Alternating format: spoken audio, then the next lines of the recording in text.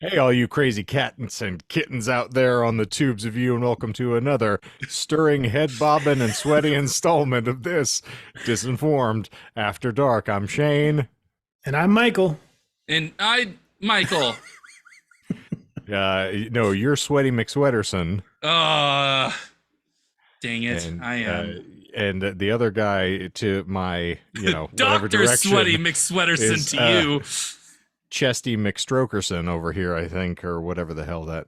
Anyway. Anyway. Dr. Chesty McStrokerson to you. Oh, no, please. Oh my God. We're within the first 2 minutes, and I know monetization is not something we're worried about. But Listen, I'm just trying to get them to smash something if it's not that like button. there is a decency provision in the contract here at YouTube, even if it's not meant for children. I'm just trying to get them to engage. Oh no. Oh no. Yeah. By the eternal. If by engage you mean that you want them to engage the authorities to show up to your home and, lock you up, then yes, done. But we are the hosts of the incredibly annoying Disinformed podcast, which wings your way from your preferred provider app every marvelous Monday morning. We talk about random esoterica and we lie about it. It's delightful every single time, unless you're sweaty, apparently. That is the joy of being trapped in an air-conditionless home. No treasure, no rapture, no exquisite sin greater than central air. Not a lot of Dogma fans on the call, apparently. So, what we are doing... I haven't seen that in decades. Obviously. I knew you must have been referencing something because it was too smooth, but I was like racking my brain for what's he referencing? What do you mean? He can be smooth when he wants. No, that was too you good. Can't get a sentence out without stuttering. Don't try to load that off on me, my friend. Listen, he was clearly actually referencing something, so you can't come back after the fact and be like, "Whoa, he could do," when he was obviously. But you said he can't be that smooth. I think he can be that smooth. Thank you, I appreciate that, and also pronounce pooch for me. I'm not your monkey. Pooch. You're somebody's monkey. They call me Poochie. What we do on this glorious little video show is we try to, quell the ADD as much as humanly possible. Neurospiciness is at maximum levels. Someone ordered the Neurospicy Volcano Taco today, apparently. Okay, I'll be quiet. No, you won't. Don't lie. But so... what we have been doing, and what we're getting back into, is we had gone through the entire run of Chuck Klosterman's Hypertheticals, and now we have moved on to the beautiful box of Supertheticals that we are going to be delving into yet again this evening. So, for the uninitiated out there, and for those of you on the call who need to have a little refresher, we will introduce a person that you are supposed to conjure in your mind's eye before we proceed, and then we'll move on to the hypothetical situation you are going to inject that individual into. Sound good? Aye. Well, I didn't stutter, so I suppose that, you're presupposing I'm reading off of a card for that as well. Just not smooth enough. It was clearly a line. I listed it in the syllabus. You should quote the film without messing up the line and send me a video recording, which you including nailed, your face sir. And your chest, so that I know where to aim. That's right. Your neck, your back, your a wetback, you say? And your crack. Okay, moving on. So, the specific person we're going to conjure, whilst Michael composes himself, is this person is an individual that should be personally known by all, or at least most, of the other people playing this game. Now, that gives us a pretty limited quantity of individuals to choose from, generally. Okay, I got it. I think I might not be... I think... other people might also have this person, but I got him. Well, I mean, we do have to somewhat come to a consensus of got him, eh? Got him. Got him. Okay. All right, Lil Jon. Sorry. It is, yeah, huh? You're. Or were you thinking Lil Wayne instead? No, Little John. Yeah. But again, personally known. So Okay, you can take away the I little. I feel like we should, I would assume that means we need to have a consensus amongst us who of the individuals we know we're going to interject here. But That's fair. I mean, I don't know. Any suggestions?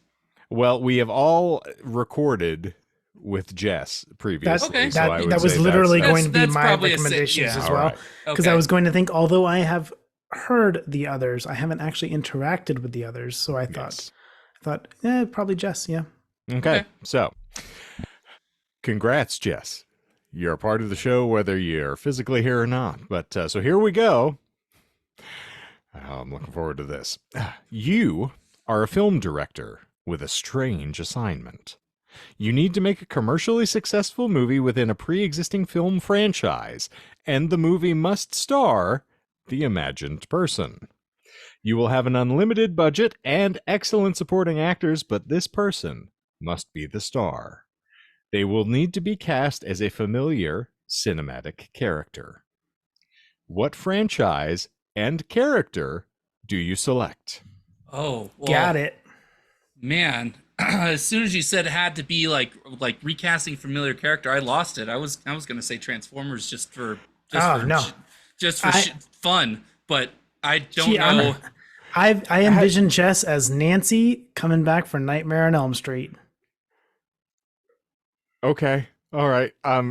Can you first, Michael, could you give me your explanation as to why you associate Jess with Transformers? Because Transformers was on my mind. That's what popped into my head immediately as soon as you said like a reoccurring franchise, and because they're more that meets the eye. yeah. I mean, Jess does have undiscovered depths. She's a brilliant artist. She's incredibly clever and is a wonderful dungeon master, as you can see in our past catalog here. If you want to go back into the archives, a lot of D&D where Jest is hosting us, but Jest. Oh, surely ye jest. Ye jest. But, okay, Transformers. But then you said it had to be a familiar character recasting, and I don't think she would fit. What, you think she's not capable of being Bumblebee?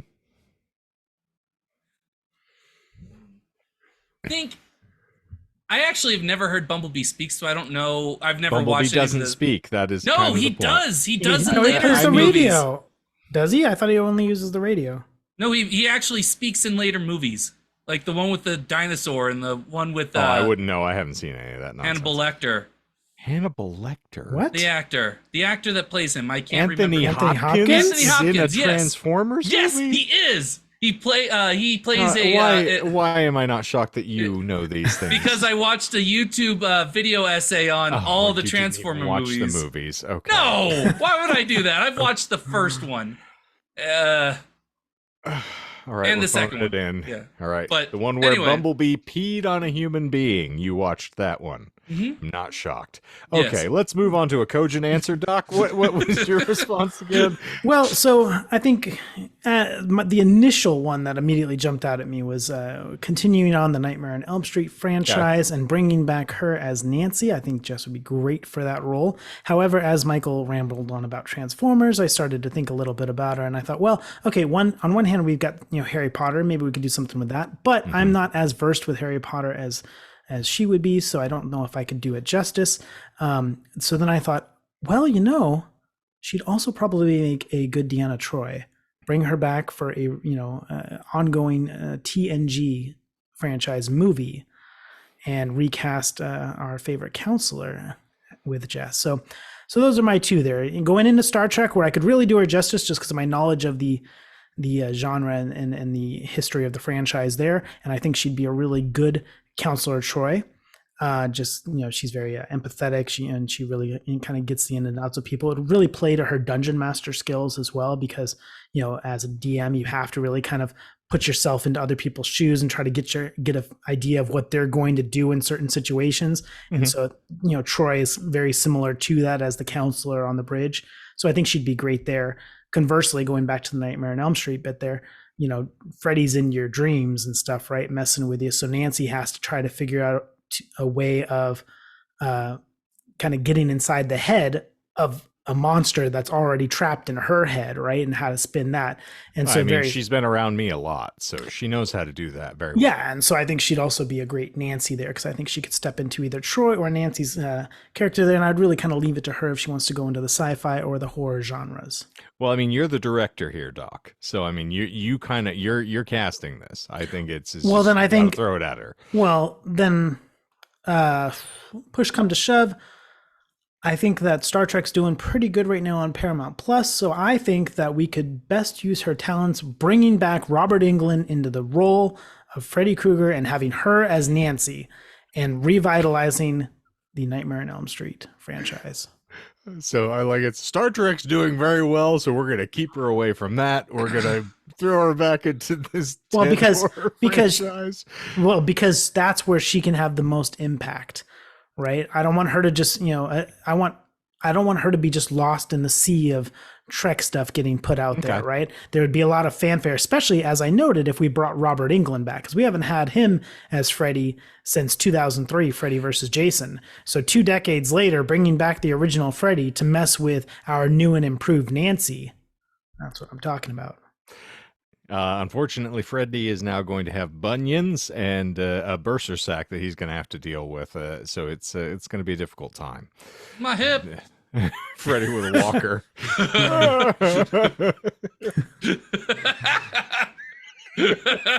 I'd watch that.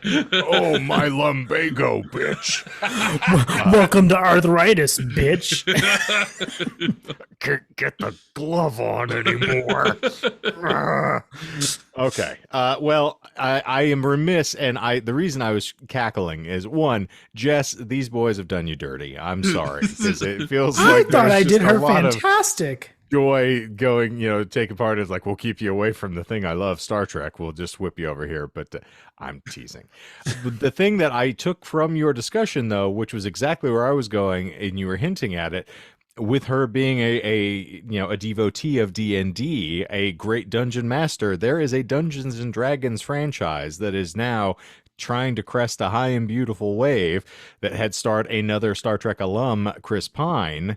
I don't know if that would count for this, though, because you're talking about revitalizing a franchise. And can you call it a franchise when it's a single film? They've had other Dungeons and Dragons films, friend. But I guess you can call them reboots. So Yeah. it's still the same franchise in a way. It's still the same IP, if you will. And something that I feel like she is certainly well versed in. And if I were going to be directing a film, I'd want an artist who I did not have to, engage to do research. She's certainly going to feel compelled to do it on her own, and she'll bring me plenty of source material that we can cull from in order to move forward. Now, I have not seen the film, you did Jess dirty.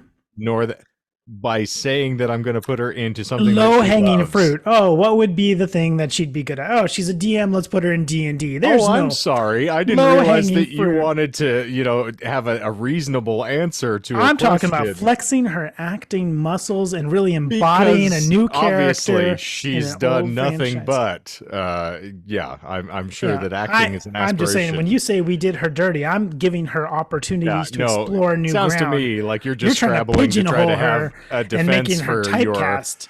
your Drek sort of casting of just like, yeah, she's a brunette, right? Sure. Let's Nightmare on Elm Street. She's not a blonde. I can't cast her in Clueless or anything, so I guess we'll just move on. But Jess, I think you'd do marvelously in anything you attempted to do, contrary to the presuppositions of a couple of mealy-mouthed morons here. Well, I don't know about Transformers. That's Hey, don't include me in on this. I think I'd take Transformers over Friday the 13th here, personally. Dang. But Yeah, I, I see her gave as a good Bumblebee. rationale and everything. and who asked you? But all right, so I think that has officially answered it for this week's installment, and we're going to pooch our way out the door here. But before we do so, I want to say thank you to all of you for engaging as per usual. I'm sure that Jess is going to, extol whatever virtues she cares to in the comments below. And if you would care to do likewise, Michael has some instructions for you. Smash that like button. Ring the bell. Hit subscribe. Set phasers to engage. Just like Donna Troy. Donna Troy? Yeah, Donna Troy. That's how much I care about your crappy sci-fi franchise. Oh, so on one hand, it's a crappy franchise, but that's the franchise you want me to put Jess in. You're the one who's over here saying that it's doing just fine on its own. We don't need her help over here. I brought her up as Troy. I would cast her as both. Okay. At the same time, Diana Troy. How about that? Deanna. Or Mzadi. Mzadi. See, now you're just making up words. No, speaking of it's a loving nickname between her and Riker. Let's make a Troy 2. Let's have her be Helena of Troy. Like beloved. Oh God, just deliver me from Trekkies. The correct term is Trekkers. Thank you, Trekkers. Yeah, I wish they'd trek the hell out of here, but that's me attempting to keep myself clean on YouTube. Nightmare on Shane Street. Yeah, that's every single week I talk to you, chuckle fucks, and that's the official curse that I'm going to get out on this episode. So I think that is going to officially wrap this rascal up. But if you want to see more of this hilarity, you must be insane. Seek psychological help. I'm getting out of here as soon as possible because as of next recording, we're at 200, and that means I am officially done. I have fulfilled my obligations, and these two consider no. I think we're officially calling this thing quits. So, love, peace, and soul to all of you out there. We hope you're having a wonderful time and continue to do so. I'm sure the internet has plenty more entertainment for you. But for Disinformed After Dark, this week, I am Kenton Eldorado. And I'm Leroy Cherry. And I'm Sweaty McSweaterson. We hope you all have a Baja Blast. Zippity zoop, we're out of here.